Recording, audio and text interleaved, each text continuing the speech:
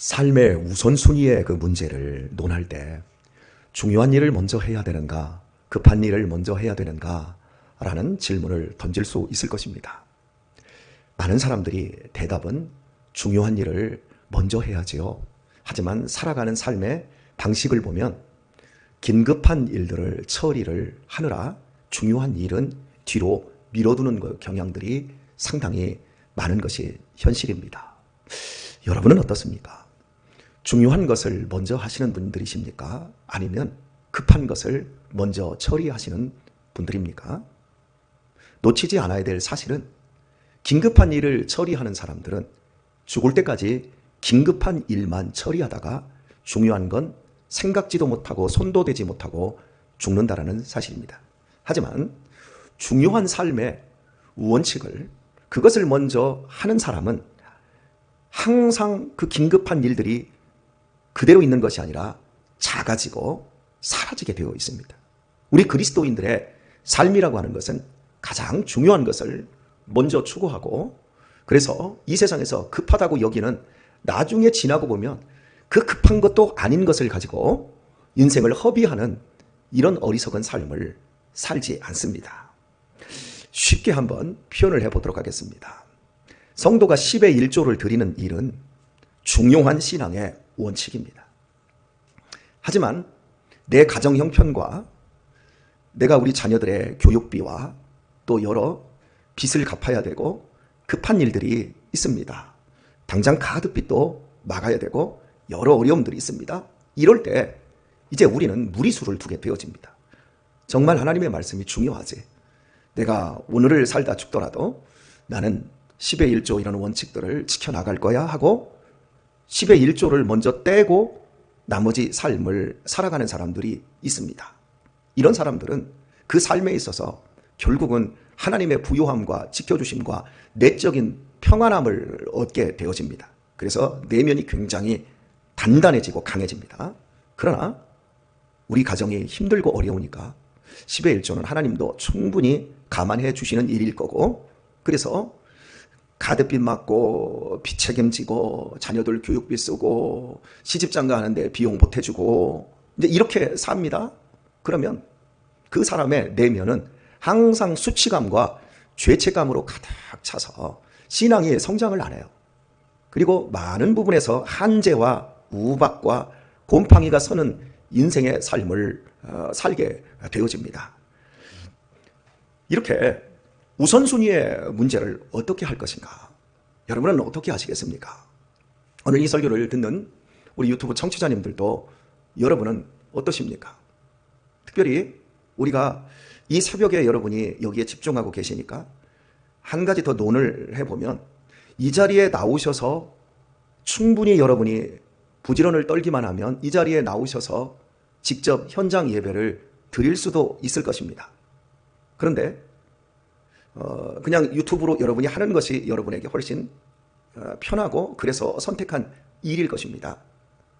하지만 우리가 하나님 앞이라고 하는 이 부분들은 어쩔 수 없는 거리의 문제 때문이라고 한다면 그것 자체가 굉장히 은혜로운 일이겠지만, 여기에 내가 올 수 있는 마음과 우선순위를 정할 수 있음에도 하지 않는다면 그 자체도 우리에게서는 두 번째로 밀려난 것이라고 할 수 있습니다.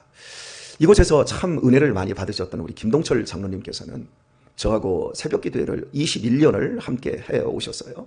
그러다가 지금 이제 3년 정도 되어지는 시간을 지금 이 시간 안성에서 일죽에서 지금 하고 계신데, 참 그동안 참 행복한 시간들을 가졌고 하나님이 우리의 모든 기도에 응답해 주시고 그 삶의 축복들을 다 일구셨어요. 저도 행복한 시간이었고 김 장로님도 행복한 시간이었습니다. 그래서 그쪽에 이제 수양관에 가셔서 수양관을 잘 관리해 주시고 계시는 것에 대해서 너무 고맙게 생각하지만 안타까운 게 하나가 있어요. 그것은 이 새벽 시간을 항상 함께 했었는데 이제 김 장로님과 저는 새벽 시간을 현장에서 함께 하지 못하고 비대면으로 함께 한다는 게 참 제 마음이 슬퍼요. 항상 제 자리 바로 뒷자리에 앉으셔서 제 설교에 아멘 해주시고 또 응원해 주시고 여기 앉으셔서 웃고 눈물 짓던 그 모습을 제가 직접 보지 못하고 있는, 현장감이 없는, 이게 상당히 저에게는 아쉽고, 이렇게 함께 할 수 있는 시간이 또 있을까 싶은데 이제 올해 그쪽에다 완전히 집을 짓지 않습니까? 그리고 종종 이런 말씀을 해요. 목사님, 제가 나이 더 먹고 한 80 정도 먹으면 송탄 장로교회에 올 수 있겠습니까? 못 오지요. 이렇게 우리가 생각을 해보면 지금 현장에서 함께 예배할 수 있다라고 하는 거, 이거 하나만으로도 우선순위로 인해서 결정되어지는 것들이 상당히 많은 거예요. 인간 관계를 우리가 맺을 때 정서적 유대 관계가 맺어져야 돼요. 우리가 이렇게 예배를 드리면서도 제가 여러분과 정서적인 유대 관계가 맺어지고 있는 거예요. 여러분 역시도 마찬가지고요. 그래서 얼마나 서로가 깊어지고 서로에 대한 신뢰와 사랑의 세월들이 켜켜이 쌓여가고 있는지 우리가 이 우선순위를 통해서 이걸 확인해 가는 겁니다. 오늘 예배하고 있는 특별히 멀리 우리 헌문자 집사님, 우리 김동철 장로님, 이런 분들 참 여러분들과 유대관계가 잘 더 맺어져야 되는데, 또 우리 이화수 권사님도 마찬가지로 보고 계실 텐데 여러분들과 더 유대관계가 맺어져야 되는데 일단은 정지되어 있고 하지만 다른 부분에서 더 아름답게 맺어가면 좋겠고요. 말씀드립니다. 새벽 예배 이왕 시작하시는 것, 이 근처에 계신 분들은 이 자리에 오셔서 하시는 게 여러분에게 훨씬 더 유익이고 훨씬 더 복입니다. 나중에 후손들에게 얘기할 때 나는 그래도 새벽 예배를 너희들을 위해서 20년, 30년 내가 기도하고 살았어. 그런데 나중에 비대면으로 새벽 예배를 한 걸 가지고 내가 너희들을 위해서 새벽 예배를 20년, 30년 했어. 말할 수 있을까요? 말하자고 후손들에게 그걸 내세우자고 하는 얘기는 아니에요. 하지만 본질적으로 저도 집에서 혼자 설교를 하고 영상 녹화를 하고 혼자 기도를 하면 사실 이게 집중이 안 돼요. 너무 힘들고 여러분이 모두 경험하는 일들일 겁니다.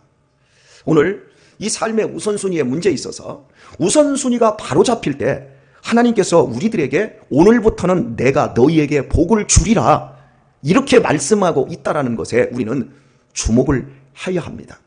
이스라엘 백성들이 예배를 안 드린 것도 아니고 이스라엘 백성들이 제물을 하나님 앞에 드리지 않은 것도 아니었어요. 그런데 그들에게 있어서 성전 재건축이라고 하는 것이 우선순위의 최고에 있어야 되는데 뒤로 밀어놓은 것, 그것이 복을 막는 것이었어요. 하나님께서 이스라엘 백성들에게 한 3가지의 질문을 하셨어요. 이전 성전의 영광을 아는 사람들 있느냐? 자, 이전에 솔로몬 성전을 본 사람들에게 내가 묻는다. 지금 이 성전의 모습을 보니까 어떠냐? 3번째 묻습니다. 보잘것없지? 그래서 너희들이 성전 재건하는 것을 너희들이 시시하게 생각하고 그것을 지금 안 하고 있지만 산에 올라가서 나무 가져다가 보잘것없는 성전이라도 지어라. 그러면 내가 너희에게 복을 주겠노라.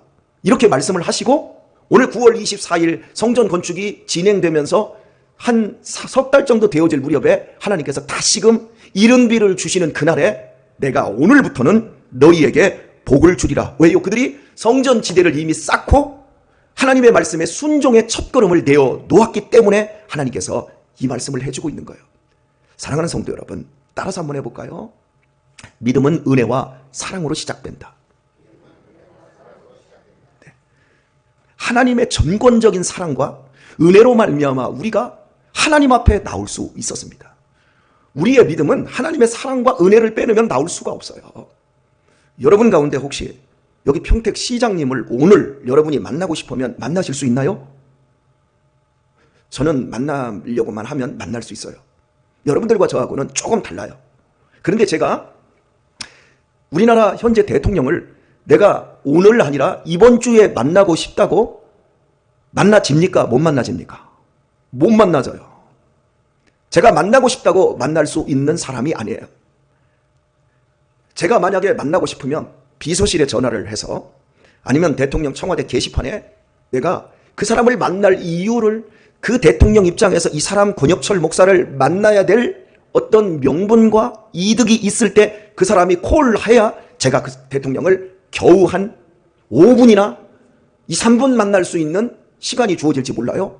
하나님이 우리를 만나 주실 때 우리가 어떻게 하나님을 만나냔 말이에요. 제가 전도를 하면서 사람들이 그렇게 이야기를 해요. 목사님은 교회에서 하나님을 만나시고 여기 하늘을 지으시고 땅을 지으시고 지금도 우리를 존재케 하시는 하나님이 있음을 우리는 믿습니다.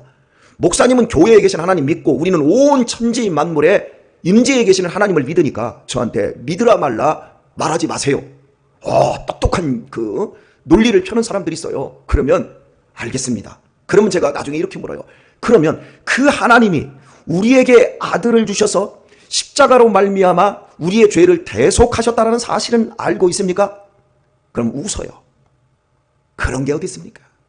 우리 각자가 노력하고 애쓰고 착해져서 복을 받고 죽으면 좋은 곳에 가지요. 그럼 그 좋은 곳은 어떻게 갑니까? 뭘로 갑니까? 청와대도 못 가면서 그 좋은 곳을 뭘로 어떻게 가요? 이 땅에서 앞다발이 하면서 못돼 먹게 살았던 사람도 다 죽고 나면 인사합니다. 좋은 곳에 가셨을 겁니다. 도대체 좋은 곳이 어디냔 말이에요. 그렇게 좋은 청와대도 우리 힘으로도 못 가는데, 우리가 하나님 앞에 나온 건 하나님의 전권적인 사랑과 은혜예요. 우리가 하나님 앞에 나와 예배할 수 있는 이 특권을 받은 것에 감사하길 바랍니다. 이런 축복들, 이게 우리의 삶에 있어서 우선순위인데, 신앙은 이렇게, 믿음은 하나님의 은혜와 사랑에서 시작돼요. 그런데 신앙의 과정이라는 게 있어요. 신앙의 과정은요, 순종과 충성으로 과정이 진행돼요. 많은 사람들이 오늘날 한 200만 명 정도가 예수님을 믿는다 그러면서 교회를 안 다녀요. 그 사람들에게는요, 믿음이 과정 속에서 순종과 충성이라고 하는 것이 사라진 사람들입니다. 그거 온전히 믿는 거 아니에요. 자, 쉬운 예를 한번 들도록 하십시다. 내가 아내를 사랑하는데, 내가 남편을 사랑하는데 마음으로 사랑해야 돼요? 몸으로 사랑해야 돼요? 마음이 중요해요? 몸이 중요해요? 마음이 중요하다 그래서요? 그러면 이렇게 한번 설명해 봅시다. 나는 당신 정말 당신밖에 없어. 말만 하면 막 마음으로 정말 사랑. 근데 이 남편이 밖에 나가서 밤 12시 1시가 돼도 안 들어와.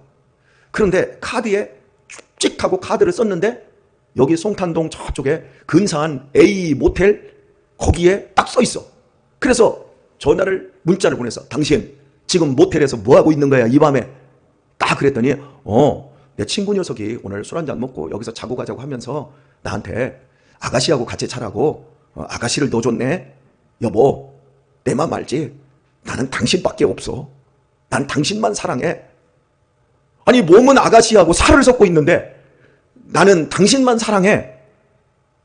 여러분, 그런다고 있으면 이제 여러분이라고 한다면, 자, 쉬운 예로 우리 교회에 가장 순해 보이시는 우리 박미호 권사님이 만약에 그런 경우를 당했다.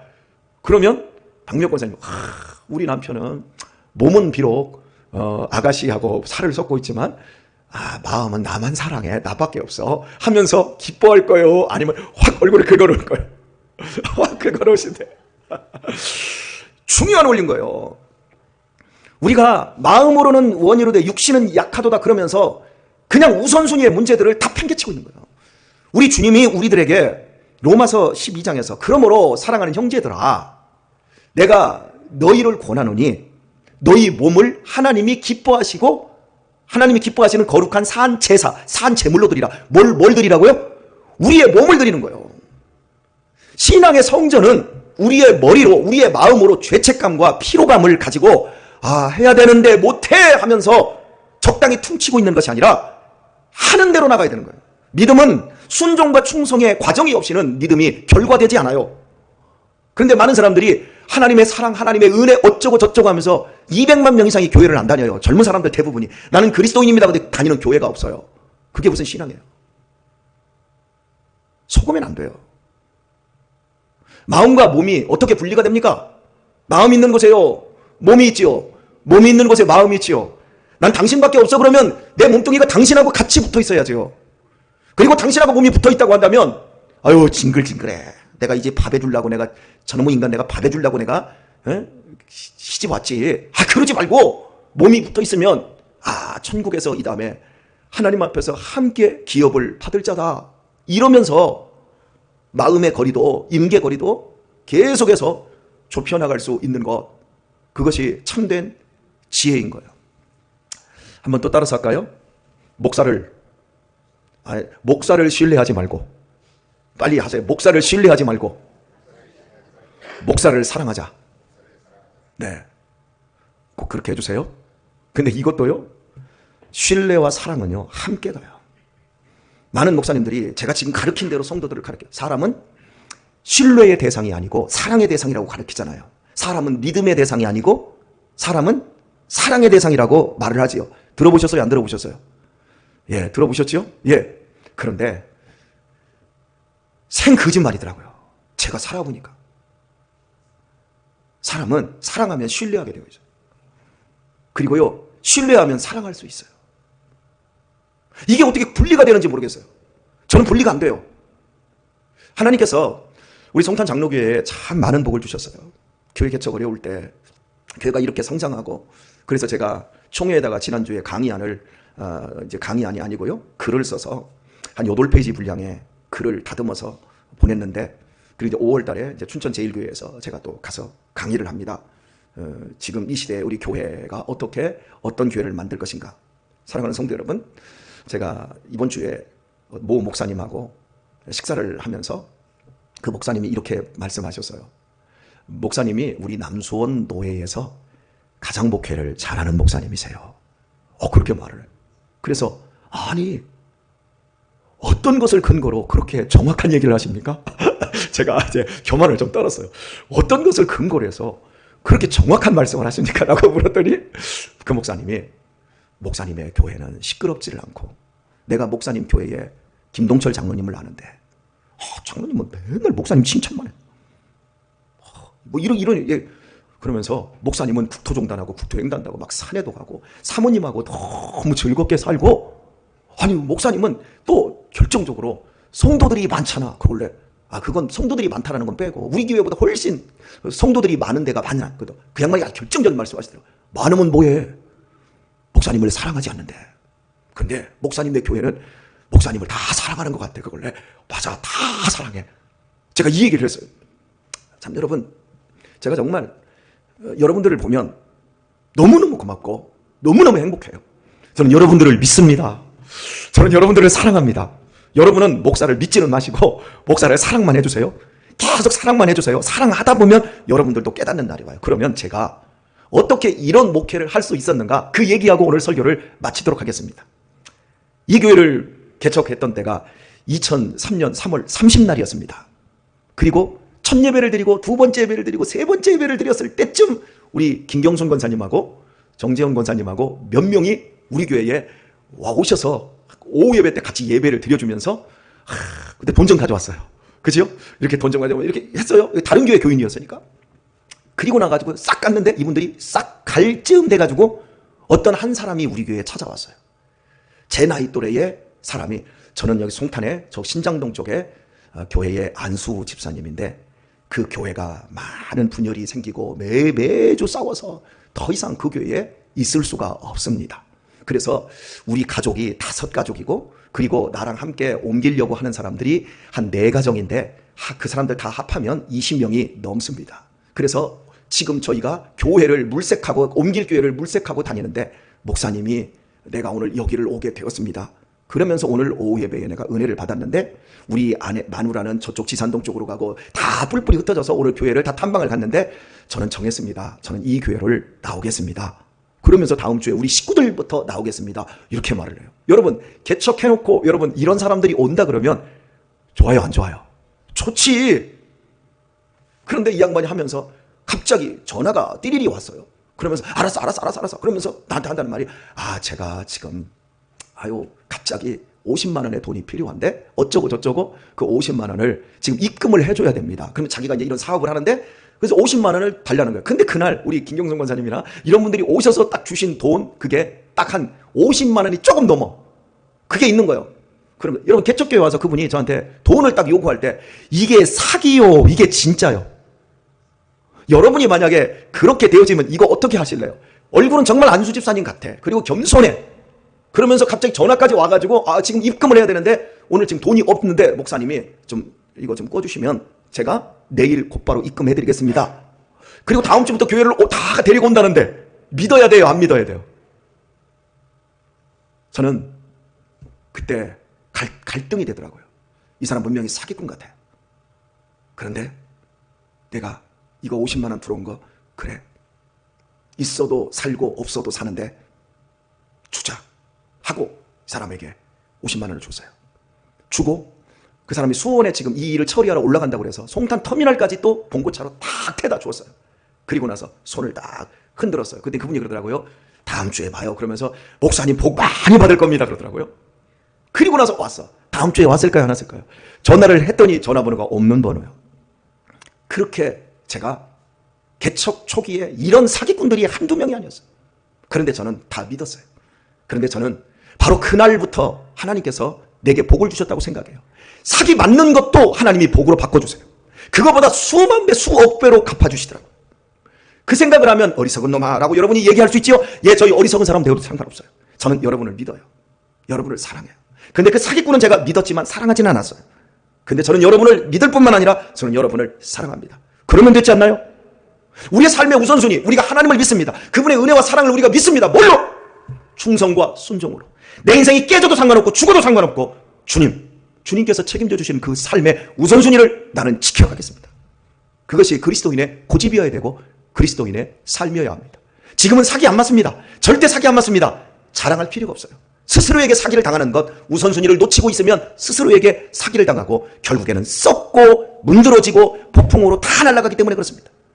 오늘도 하나님께만 붙어서 믿음과 순종, 충성이라고 하는 것을 오늘도 만들어 나가시고 그 안에서 아름다운 결실들을 맺어가는 귀한 성도님들 다 되시기를 예수님의 이름으로 축원합니다.